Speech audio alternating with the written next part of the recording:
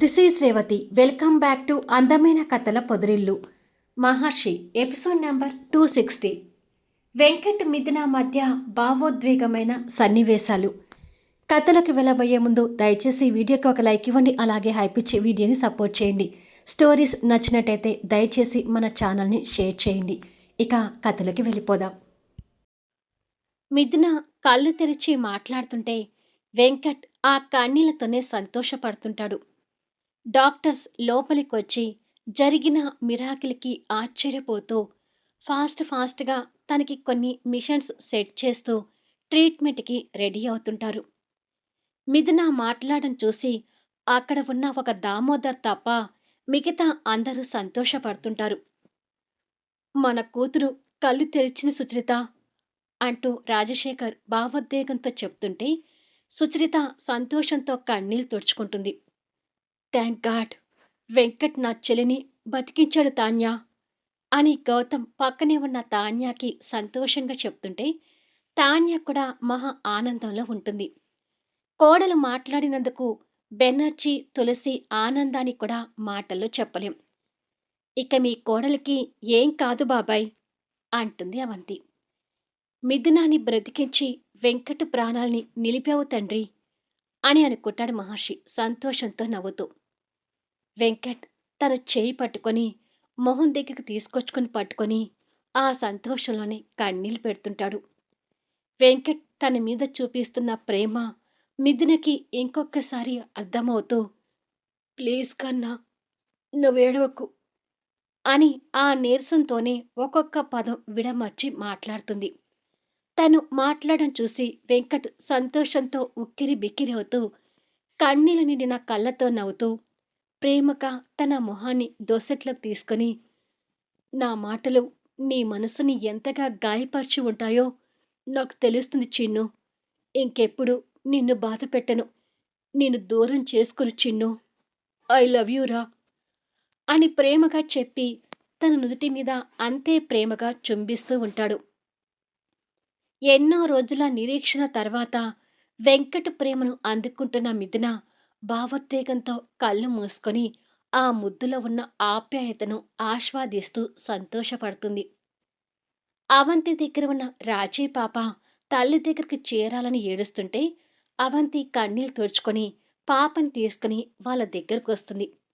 వెంకట్ పాపని తీసుకుని తనకు అందించాడు. చేతికి కూడా అక్కడక్కడ గాయాలు కావడంతో మిథున తన చెయ్యిని నిదానంగా పాప తల మీద పెట్టి నిమురుతుంటుంది. వెంకట్ పాపని ఇంకా దగ్గరగా తీసుకొస్తే మిథున ప్రాణంగా కూతురికి ముద్దు పెట్టుకుంది. తల్లి శ్వాస కూతురికి తగిలి పాప కూడా సంతోషపడుతుంటుంది. తర్వాత మిథున తన వాళ్ళందరినీ చూసుకొని సంతోషపడుతుంటుంది. రాజశేఖర్, సుచిత, గౌతమ్, తాన్య, బెనర్జీ, తులసి ఇలా అందరూ ముందుకొచ్చి తనని పలకరిస్తుంటారు. ప్రమోద్, వర్ష కూడా తనని చూసి సంతోషపడుతుంటారు.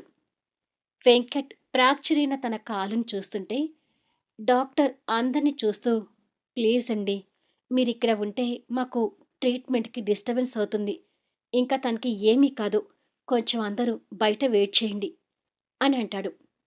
సరే డాక్టర్ అంటూ అందరూ ముందుగా బయటికి వెళ్ళిపోతే వెంకట్ తన చేయిని చేతిలో తీసుకొని మరొక్కసారి ప్రేమగా తన నుదుటి మీద ముద్దు పెట్టి తల నిమిరి, ఎలాంటి టెన్షన్ పడకుండా ట్రీట్మెంట్కి సహకరించు అని అంటాడు. సరి అన్నట్టుగా సంతోషంతో తల ఊపుతుంది. వెంకట్ తనని చూస్తూ వేడవలేక బయటకొచ్చి ఇంకా మిథున గాయాలను తలుచుకొని కన్నీళ్ళు పెడుతుంటే వెంకట్ అంటూ మహర్షి వెంకట్ భుజం మీద చెయ్యి ఆనిస్తాడు. వెంకట్ కన్నీళ్లు పెడుతూ మహర్షిని అప్ చేసుకొని, మిథునాన్ని అలా చూడాలంటే కష్టంగా ఉంది సార్. తను పూర్తి ఆరోగ్యంగా కోలుకుంటుంది కదా అని సందేహంగా అడుగుతాడు. మిథున కాలు ఫ్రాక్చర్ గురించి డాక్టర్ చెప్పడం మహర్షికి గుర్తొచ్చి, మిథున ప్రాణాలైతే నిలబడ్డాయి కదా వెంకట్, నాకు తెలిసి కాలికి సర్జరీ చేయొచ్చు. మిథున పూర్తిగా కోలుకోవటానికి కొన్ని రోజులు టైం పడుతుంది. దేవుడు మీ పక్కనే ఉన్నాడు. మిథున సంపూర్ణ ఆరోగ్యంతో కోలుకుంటుందిలే అని ధైర్యం చెప్తాడు. ఇన్నాళ్ళు మిథున అంటే గిట్టనట్టుగా ఉన్న వెంకట్‌ని చూసి, ఇప్పుడు మిథున గురించి వెంకట్ అలా అల్లాడిపోతుంటే, గౌతమ్, రాజశేఖర్, సుచరిత ఇలా అందరికీ సంతోషంగా అనిపిస్తుంటుంది. గౌతమ్ కూడా ఎమోషనల్ అవుతూ వెంకట్‌ని హగ్ చేసుకొని, "ఇవాళ నీ వల్లే నా చెల్లెల్ని మళ్ళీ ప్రాణాలతో చూస్తున్నాం Venkat. Thank you. Thank you so much" అని అంటాడు. ఇలా థాంక్స్ చెప్పి నన్ను పరాయివాడిని చేయకండి. ఇన్నాళ్ళు మిథునాన్ని నేను దూరం పెట్టొచ్చు. కానీ తన మీద కోపం ఉన్నా ప్రేమను మాత్రం చంపుకోలేదు అంటాడు బాధపడుతూ. I know that. ఆ ప్రేమే మిథున ప్రాణాల్ని కాపాడిందని నాకు అర్థమవుతుంది వెంకట్ అంటాడు గౌతమ్. తర్వాత వెంకట్ ఇంకా కూతురు గురించి బాధపడుతున్న రాజశేఖర్ దగ్గరికి వెళ్ళి వారి చేతులు పట్టుకొని, కన్నీళ్ళు పెట్టుకోకండి మావయ్య.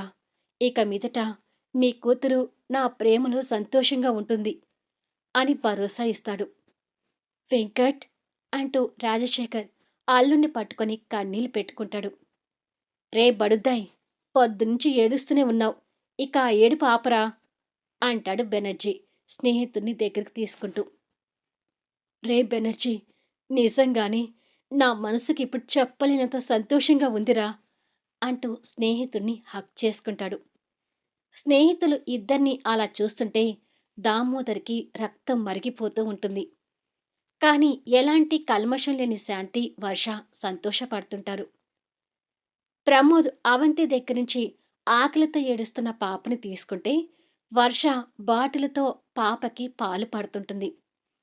ఇలా అందరూ ఒకరికొకరు ఓదార్చుకొని కాస్త సంతోషపడుతుంటే, దామోదర్ మాత్రం అదంతా చూడలేకపోతుంటాడు.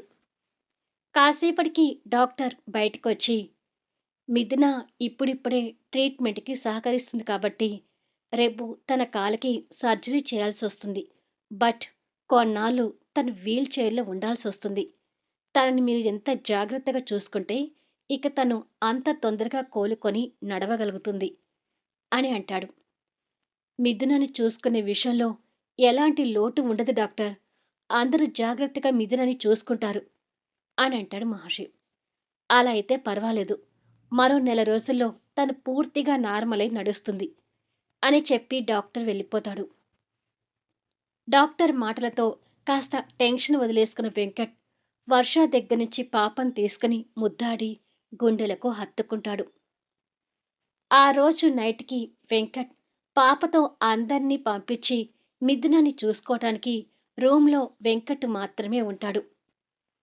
మిథున బెడ్ రెస్ట్‌కి ఆనుకొని కూర్చొనుంటే, వెంకట్ తనకి ఎదురుగా చైర్‌లో కూర్చొని, తన చెయ్యిని చేతిలోకి తీసుకొని పట్టుకొని, "గాయాలు బాగా నొప్పిగా ఉన్నాయా మిథునా?" అని అడుగుతాడు. "ఉన్నాయి. బట్ ఇన్ని రోజులు నేను పడ్డ బాధ కంటే, ఈ నొప్పులు పెద్ద లెక్కలోకి కాదు వెంకట్" అని అంటుంది వెంకట్ తనతో అలా మాట్లాడుతున్నందుకు సంతోషపడుతూ. "అసలు అలా ఎలా పాపని నన్ను వదిలేసి అమెరికా వెళ్ళాలనుకున్నావు రాక్షసి?" అని అడుగుతాడు కాస్త కోపంతో. "ఇక్కడే ఉంటే నీతో కలిసి ఉండటానికి పరితపిస్తూ నిన్ను డిస్టర్బ్ చేస్తానేమో అనిపించింది వెంకట్. అందుకే మనసు చంపుకొని వెళ్ళాలనుకున్నాను. యాక్సిడెంట్ అయిన టైంలో ఇక నేను బతకను అని తెలుస్తూ అందరూ గుర్తొచ్చారు. ఇంకా నువ్వైతే నేను స్పృహ కోల్పోయే వరకు నా కళ్ళ ముందు నుంచి కదల్లేదు" అని అంటుంది కన్నీళ్లు పెడుతూ. "ఇక నీకంట నేను కన్నీళ్ళు చూడకూడదు చిన్నూ. జరిగిన విషయాలన్నీ ఇద్దరం పూర్తిగా మర్చిపోదాం. ఇక ఈ రోజు నుండి మనకి కొత్త జీవితం అనుకుందాము" అని ప్రేమగా తన కన్నీళ్లు తుడుస్తాడు. కాసేపటికి మెడిసిన్ ప్రభావంతో తను నిద్రపోతే నర్సు సహాయంతో తన్ని బెడ్ మీద జాగ్రత్తగా పడుకోబెట్టి తన నుదుటి మీద ప్రేమగా ముద్దు పెట్టుకుని తనని చూసుకుంటూ పక్క బెడ్ మీద పడుకుంటాడు. కొనుకు అనేది తీయకుండా తననే చూస్తూ పడుకుంటాడు. మరుసటి రోజు తన కాలుకు ఆపరేషన్ అంటే మహర్షి అవంతితో పాటు బెనర్జీ గారి దంపతులు, రాజశేఖర్ దంపతులు, గౌతమ్ దంపతులు శాంతి హాస్పిటల్కి చేరుకుంటారు. ఆపరేషన్ థియేటర్లో తన కాలుకు ఆపరేషన్ జరుగుతుంటే వెంకట్ మాత్రం ప్రాణాలు గుప్పెట పట్టుకొని టెన్షన్ పడుతుంటాడు. మిథున పెద్ద ప్రమాదం నుంచి బయటపడింది వెంకట్. ఈ ఆపరేషన్ వల్ల తనకేమీ కాదులే, టెన్షన్ పడకు అంటాడు మహర్షి. ఏమో సార్, మిథున పూర్తిగా కోలుకొని నడిచే వరకు నా మనసులో ఉన్న ఈ కంగారు తగ్గదు అంటాడు వెంకట్ బాధపడుతూ. ఒక వెంకట్‌కే కాదు, రాజశేఖర్‌కి, సుచరితకి, తులసి బెనర్జీ గారికి, గౌతమ్, తాన్య, అవంతి ఇలా అందరికీ కూడా టెన్షన్‌గానే ఉంటుంది. ఇలా మరి కొద్దిసేపటి తర్వాత డాక్టర్ బయటకొచ్చి, ఆపరేషన్ పూర్తయింది. కాలికి ఓ 4 స్ప్రింగ్స్ పడ్డాయి. పేషెంట్ కాసేపట్లో స్పృహలోకి రావచ్చు అని అంటాడు. తను కోలుకుంటుంది కదా డాక్టర్! ఇక తన గురించి ఎలాంటి టెన్షన్ పడాల్సిన అవసరం లేదు కదా అని అడుగుతాడు వెంకట్. అసలు టెన్షన్ ఏమీ లేదు. కాకపోతే నెల రోజులు తన్ని జాగ్రత్తగా చూసుకోవాలి. హాస్పిటల్లో ఓ వారం రోజులు ఉండాల్సొస్తుంది అని చెప్తాడు. సరే డాక్టర్ అంటాడు వెంకట్. పేషెంట్‌కి డిస్టర్బ్ లేకుండా తనని చూసి రండి అని చెప్పి డాక్టర్ వెళ్ళిపోతాడు. ముందు నువ్వెళ్ళి చూసిరా వెంకట్ అని మహర్షి చెప్పగానే వెంకట్ లోపలికి వెళ్తాడు. ఏమైనా మిథున కోలుకునే వరకు తనని మన ఇంటికి తీసుకువెళ్తాం సుచరిత అంటాడు రాజశేఖర్ కూతురు మీద ప్రేమతో. బెనర్జీ, తులసి తప్ప ఆ మాటలకి అందరూ మామూలుగా చూస్తుంటే మహర్షి మాత్రం రాజశేఖర్ మీద కోపం తెచ్చుకుంటూ, బుద్ధి లేకుండా ప్రవర్తించకండి. ఇప్పుడిప్పుడే కదా వాళ్ళిద్దరు కలిసేది. మళ్ళీ అప్పుడే వాళ్ళని దూరం పెట్టాలా? మీ కూతురి మీద మీకు ప్రేమ ఉండొచ్చు. కానీ ఇన్నాళ్ళు మానసిక ప్రశాంతత లేకుండా ఉన్న మిథునకి ఇప్పుడు వెంకట్ తోడు చాలా అవసరం. మిథునాని వెంకట్ దగ్గరే ఉండనివ్వండి. పిచ్చి పిచ్చి ఆలోచనలు చేసి మళ్ళీ వాళ్ళని దూరం పెట్టకండి అంటూ రాజశేఖర్ మీద ఫైర్ అవుతాడు. మహర్షి అలా తిడుతుంటే రాజశేఖర్ నొచ్చుకుంటూ, ఇదేంటి, అవకాశం వచ్చింది కదా అని చిన్న పెద్ద తేడా లేకుండా నేనేదో ఆయన సొంతవాడిని అయినట్టుగా నన్ను అలా తిడుతున్నాడు అని మనసులో అనుకుంటాడు. మహర్షి అన్నట్టు నిజంగానే నీకు బుద్ధి లేదురా. ఇప్పుడే వాళ్ళిద్దరూ కలిశారని అనుకుంటూ ఉంటే మళ్ళీ నువ్విప్పుడు వాళ్ళిద్దరిని వేరు చేస్తావా ఏంటి అంటూ బెనర్జీ కూడా స్నేహితుడి మీద కోప్పడతాడు. మిథున ఇప్పుడు అత్తగారింట్లో ఉండటమే కరెక్ట్ నానా అంటాడు గౌతమ్. అవును మావయ్య, ఇలాంటి టైంలో మళ్ళీ వాళ్ళని దూరంగా ఉంచాలని చూడకండి అంటుంది తాన్య. బిడ్డ మీద ప్రేమతో ఏదో ఆయన అలా అన్నారులే తాన్య. మిథున వెంకట్ దగ్గరే ఉంటుంది అని అంటూ సుచరిత. అందరూ అలా అంటుంటే భర్తని కాస్త వెనక్కేసుకుని వస్తూ, అందరూ అంటుంటే ఏమీ లేదు కానీ మహర్షి మాటలు మాత్రం భరించలేక మహర్షిని కోపంగా చూస్తుంటాడు రాజశేఖర్. చూస్తుంది చాలే, ఇక ఆపు అంటాడు బెనర్జీ పక్కన ఉన్న స్నేహితుడికి మాత్రమే వినిపించేటట్టుగా. ఆ మాటకి రాజశేఖర్ గారు బెనర్జీని కోపంగా చూస్తూ, ఇప్పుడు టైం మీది నడుస్తుందిరా అని అంటాడు. ఇప్పటినుంచి మాదే నడుస్తుంది అని స్నేహితుడి మీద కోపంతో పొగరిగా అంటాడు బెనర్జీ. రేయ్, నువ్వు నన్ను ఎన్ని తిట్లు తిట్టినా సరే గాని మరీ మహర్షి ఏంట్రా, బుద్ధి లేదు అని నన్ను అలా తిట్టాడు అని అడుగుతాడు. ఉన్నదేగా తిట్టింది, లేనిది కాదుగా అంటాడు బెనర్జీ. ఆ మాటకి బెనర్జీని ఉరిమి చూస్తుంటే, పోరా అంటాడు బెనర్జీ నిర్లక్ష్యం వహిస్తూ. అటు మహర్షి ఇటు బెనర్జీ మాటలకు రాజశేఖర్ నొచ్చుకుంటూ ఉంటాడు. వెంకట్ లోపలికి వెళ్ళేసరికి మిథున కాలికి కట్టివేసి కనిపిస్తూ ఆపరేషన్ మత్తుల నుంచి అప్పుడే స్పృహలోకి వస్తుంటుంది. వెంకట్ తన కాలును బాధగా చూస్తూ దగ్గరికొచ్చి ప్రేమగా తన తల మీద చేపెట్టి, చిన్ను అని నింపాదిగా పిలుస్తాడు. మిథున నిదానంగా కళ్ళు తెరిచి వెంకట్ని చూస్తుంటే తను నొప్పితో బాధపడుతుందని వెంకట్కి అర్థమై, ఆపరేషన్ నొప్పులు ఉన్నాయా అని అడుగుతాడు. పర్వాలేదులే వెంకట్, ఓర్చుకుంటానులే అని అంటుంది. వెంకట్ ప్రేమగా తన నుదుటి మీద ముద్దు పెట్టి, నెల రోజుల్లో నువ్వు పూర్తిగా నార్మల్ అయి నడుస్తావని డాక్టర్ చెప్పారు. ఇక నువ్వు ఏమీ టెన్షన్ పెట్టుకోకు అని అంటాడు. సరే, ఇంతకీ పాప ఎక్కడుంది అని అడుగుతుంది. తనని ఎక్కువగా హాస్పిటల్ తీసుకొస్తే మంచిది కాదని పాపని వర్ష దగ్గర ఉంచమని నేనే చెప్పాను. ప్రమోద్, వర్ష మీ పుట్టింట్లో పాపని చూస్తూ ఇంటి దగ్గర ఉండిపోయారు అని అంటాడు. ఇద్దరు ఇలా మాట్లాడుతూ ఉండగానే సుచిత, రాజశేఖర్, బెనర్జీ, తులసి కూడా అక్కడికి వచ్చారు. మిథున బాగోగులు అడిగి తెలుసుకొని వాళ్ళు వెళ్ళిపోయాక మహర్షి, అవంతి, గౌతమ్, తాన్య వచ్చి పలకరించి వెళ్ళిపోయారు. ఇలా 10 రోజులు వెంకట్ హాస్పిటల్లోనే ఉండి తనని దగ్గరుండి చూసుకుంటున్నాడు. ఈ 10 రోజుల్లో ఇద్దరి మధ్య మళ్ళీ ఎప్పటిలా బాండింగ్ ఏర్పడింది. 10 రోజుల తర్వాత మిథున డిశ్చార్జ్ అవుతుంది. అందరి దంపతుల మధ్య గుమ్మం దగ్గర వీల్‌చైర్‌లో ఉన్న మిథునకి తులసి గారు దిష్టి తీస్తుంటుంది.